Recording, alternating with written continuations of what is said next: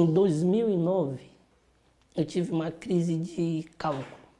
Dessa crise, eu cheguei na empresa e me deitei num banco. Aí o vigia chamou meu patrão e disse, olha, o Gama está sentindo mal. Fiz o exame, o ultrassom, doutor Mauro. O Mauro disse, tu tem alguma coisa no teu rins. Tinha um cisto no rins. Aí ele disse, vamos ter que tirar esse rins. Quando o médico me falou, para mim foi um baque, assim. Eu não queria perder Gama.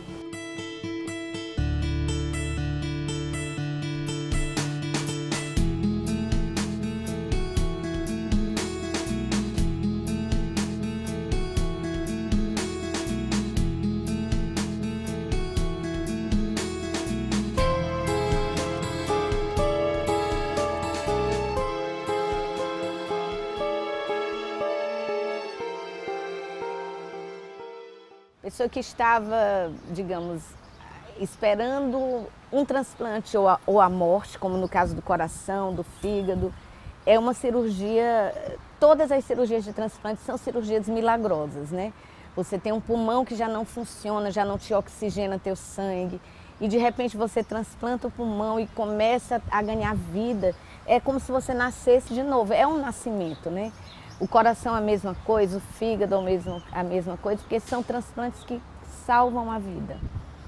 O transplante renal, ele salva a vida porque ele vai te dar uma sobrevida maior.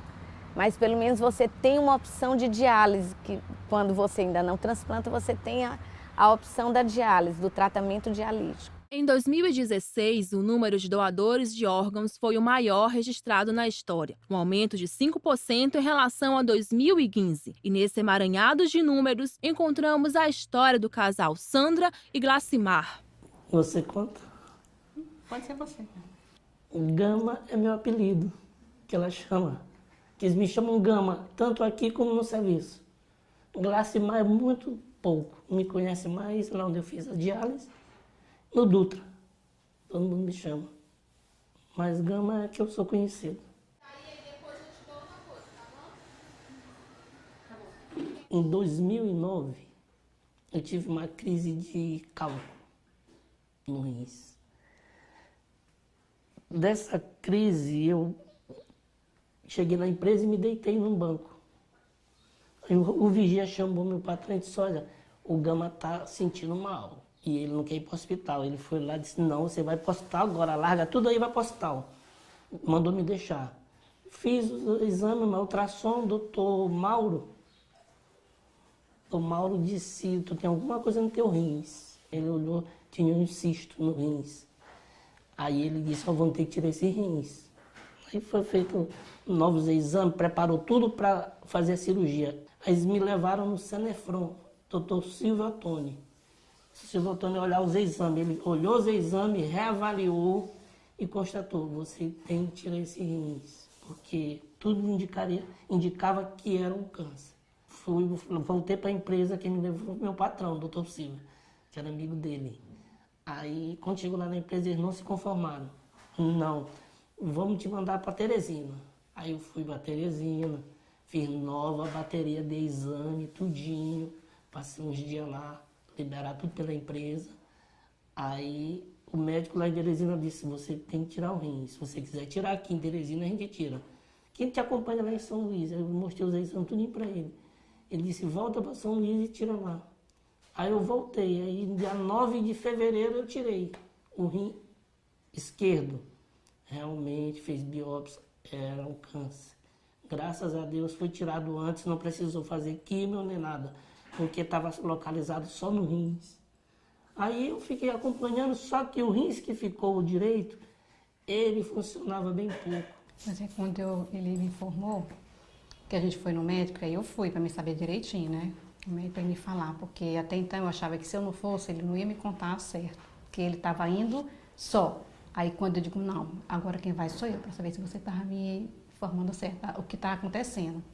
Quando o médico me falou, para mim foi um baque, assim. Eu não queria perder Gama. Aí ele falou que era só um rins e que o outro era lento, era devagar, mas ele já estava com esse. O importante é que não tinha atingido outro órgão e que não precisava fazer. Então aqui para mim foi um baque assim, porque não esperava isso de Gama. Eu dizia sempre assim, puxa pai, ele não merece, é uma pessoa muito boa. Como a gente sempre pergunta, por que tem que ser ele? Chegava cansado, reclamando para ela. Estou tão cansada, ela tira férias. Eu disse, não, vou procurar um cardiologista.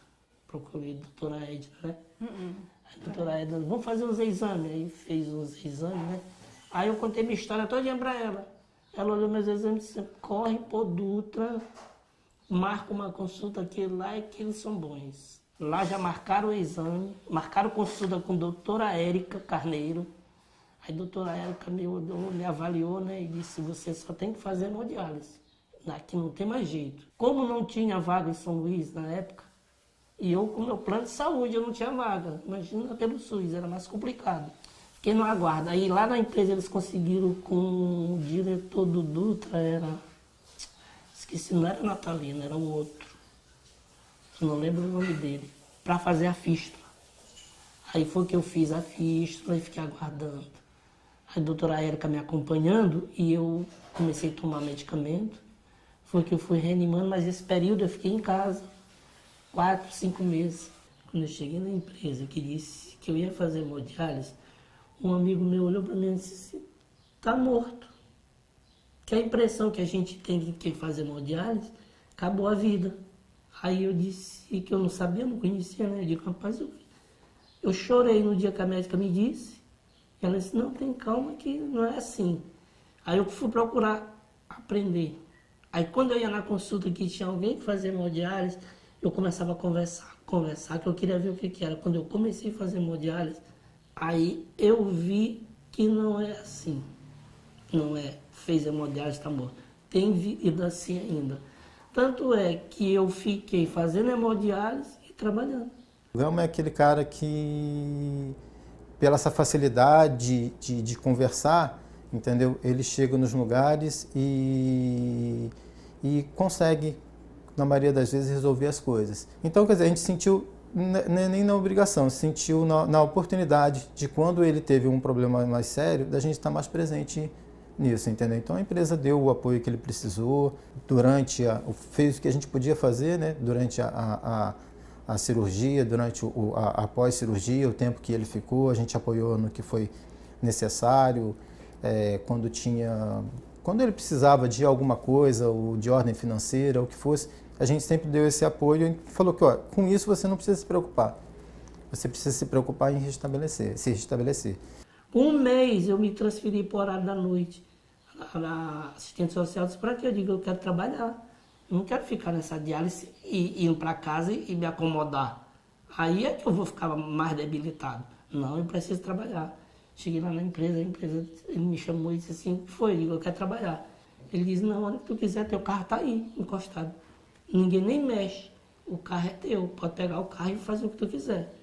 Aí como é que fui, eu trouxe o carro para casa, ia para diálise, chegou um certo ponto, 1 ano e pouco, meu patrão disse, tu não está muito acomodado só nessa diálise, tu não tem que procurar teu transplante. Eu digo, não, minha esposa já está dizendo que quer doar, mas eu vou fazer inscrição, tudinho. Aí ele pressionando. Quando o Gama teve aquele probleminha do que ele comeu, que afetou o rins dele por total, e quando ele chegava para baixo, abatido, cansado, assim, eu me sentia tão mal, vindo o Gama, o que eu podia fazer para a Gama se sentir melhor. Aí começou a fisioterapia, aquilo foi me deixando assim, chegar num serviço assim, sem ânimo para nada. Aí foi quando eu disse, não, Gama, eu vou doar meu rins para você. A gente já falou com a doutora Tereza já passou os exames do Dutra, já fez todo um cadastro nosso lá, tudinho, com a doutora Noélia. Aí começaram a acompanhar a gente, aí pronto. Depois que chegou lá para acompanhar, é tudo com eles. Aí é 10. Daí para frente, só tudo fácil pra gente. Eles acompanhando tudo. Até marcamos, fizemos toda a bateria de exame, fizemos o último no materno, que era o compatibilidade, que era a prova cruzada de sangue, né? Aí com 8 dias a doutora Nara ligou, ó, vocês podem vir para para a gente agendar o transplante, que está tudo ok. Ela pode doar para você. Só precisava fazer um exame para saber qual rins que ia tirar dela. Então eu faço essa seleção desses pacientes para ver quem pode ser inscrito e quem não pode ser inscrito. E também fazendo a seleção daqueles que têm doadores vivos, né? Porque a gente tem 2 tipos de doador. O doador falecido, né? Que é o doador cadáver, que a gente chamava antigamente, que é o paciente que não tem um doador na família ou amigo, e aí a gente faz a seleção e escreve na fila de doador falecido. E tem o doador vivo, que é quando você tem alguém da família, pela legislação é permitido até 4º grau, né, ou cônjuge, e se você tiver um amigo, né, que tem que ser uma doação que a gente diz altruísta, de coração, não pode ter comércio, ofertas indevidas, né, e isso é tudo avaliado. E no caso dos pacientes que têm doador que não são aparentados, tem que passar por um processo judicial, que a gente chama, tanto pelo Comitê de Ética do hospital, quanto por um juiz também, para que seja autorizada essa doação. Para ser um doador vivo, é necessário manifestar desejo espontâneo e voluntário, além de realizar exames de compatibilidade sanguínea. Aí ela marcou o exame e fez, decidiu o rins que ia tirar, marcamos a cirurgia, tudo certinho, a equipe do Dr. Calixto que faz. Depois, é por conta deles, nem o plano de saúde eu usei mais, tudo no Dutra. Até no dia quando a gente foi para transplantar, eu não me esqueço como hoje. Amor, na rampa lá do São Domingos, amor, não desiste. Eu disse, mas é nunca que eu vou desistir. Ele achava que eu estava falando até então, que eu não estava assim falando por falar, que eu ia desistir na última hora. Eu disse, não, mas é nunca que eu vou desistir. Já está decidido. Eu fui como se eu não estivesse fazendo uma cirurgia assim, tão especial como essa, entendeu? Não tive medo. Depois da cirurgia, fui fazendo os procedimentos com mais de repouso, tudo, quando me esperava estava bem. E minha vida é assim, é normal, não tem diferença nenhuma. É como se eu tivesse 2 rins. Eu posso fazer tudo. Eu acho que tem muitas pessoas que não aceitam assim a doar, porque não entende. Não entende. Tem gente que acha, gente mesmo, ser humano vivo mesmo, ele acha que ele tirando um rins, ele vai ter problema, né, depois. Mas só que eles dizem, os médicos dizem que não, a pessoa vive normal, né? E muitas pessoas também não aceitam, porque também não entende. As campanhas de doação, elas sempre enfatizam bastante a questão da informação para a família. Se você decidiu ser doador, você comentar com a sua família, olha, gente, eu sou doador, se algum dia eu entrar em morte encefálica, ou então quando eu morrer sem ser em morte encefálica, em algum acidente, eu quero ser doador de córneas e de órgãos, né? Bom, a família acata isso. É difícil você ver uma família negar a doação se o familiar já disse em vida que queria ser doador, né? É por isso que a gente enfatiza bem que se veicule essa informação na família. Por exemplo, eu sou doadora e minha família inteira sabe disso, né? Então, não vai ter nenhuma dificuldade em decidir pela doação. Transplantei, com 6 meses eu voltei a trabalhar. Já vou fazer 2 anos agora em março de transplante. Trabalho normal, vida normal. Tem um amigo lá que trabalha junto, ele, quando foi para transplantar, tinha que levar testemunha, né? Ele disse que o dia que vocês forem lá, ele quer dar depoimento. Porque eu só transplantei porque ele assinou como testemunha. Se não fosse, ontem ele me disse, olha, eu quero ver, quero que o pessoal, quero conversar com eles, que eu que autorizei. Luiz Jorge. Eu fui lá para entrevista, né? Eu e outra colaboradora que hoje está da empresa, né? E a gente que deu autorização para fazer esse vídeo. A única diferença é que eu já tomava água, eu tomo mais água. E às vezes a dificuldade na hora de precisar ir ao banheiro fica difícil, porque vários locais aí não tem. Aí às vezes eu tenho que entrar no shopping, sair. Na própria clínica onde eu fazia diálise, às vezes eu entro e saio. Só a única dificuldade é essa, é banheiro. Eu acho que as escolas públicas, as escolas privadas, as universidades, todos deveriam acrescentar essa temática nas suas grades curriculares. Educação para doação. A gente tem que educar as crianças desde cedo a pensar na doação como uma etapa final da vida e que é uma etapa bem produtiva, né? Um só doador, quando ele é doador de múltiplos órgãos, ele pode salvar 11 pacientes, né? Então a gente tem que pensar nisso desde criança, já crescer formando essa concepção de que a doação é sim uma etapa final da vida em que a gente vai poder ser útil para alguém, vai poder fazer a felicidade de outras pessoas. Mas eu queria até fazer um pedido que as pessoas se conscientizassem mais, a doar-se, fizesse mais a doação, porque é muita gente na fila, minha filha. Muita gente esperando pelo rins, muita gente mesmo. Quando você pensa que os órgãos vão ser enterrados e completamente destruídos, né, pela própria natureza, a gente pensa na possibilidade de esse órgão estar tirando um paciente da máquina de diálise, esse órgão está tirando o paciente da fila da morte, digamos assim, quando ele espera um coração, por exemplo, e que nunca vem. Então, nesse momento, a gente tem que ter consciência de que a gente pode, sim, fazer muito pelo outro. E a expectativa é que o estado do Maranhão realmente cresça, porque as notificações aumentaram muito esse ano, apesar de que a negativa familiar ainda continua muito grande, mas as notificações aumentaram.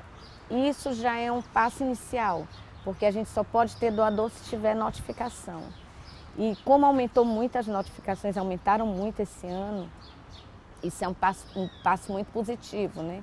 E o próximo passo é aumentar as efetivações dos doadores, através de um sim da família. Agora, quando a família não sabe qual era a vontade do seu ente querido, ainda existe muita resistência. Eles alegam motivos religiosos, não sabiam qual era a vontade da pessoa.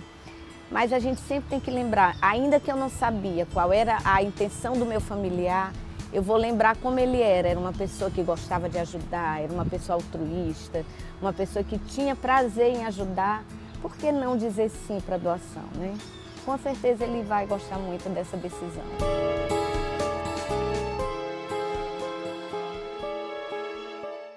Quando entrevistamos Dona Neuta, ela estava recém-transplantada. Atualmente ela já voltou para o seu interior, Itapecuru, está bem mais saudável, ganhou um pouco de peso e voltou a estudar. Seu João continuou na fila do transplante, aguardando o órgão e também fazendo hemodiálise. Dona Sandra e seu Gama continuam esse casal amoroso, apaixonado e saudável.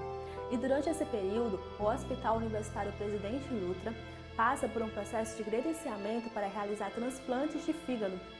Esse foi o Ponto Doc sobre transplantes de rins. A gente espera você na próxima temporada, que vai falar sobre teatro. Até mais!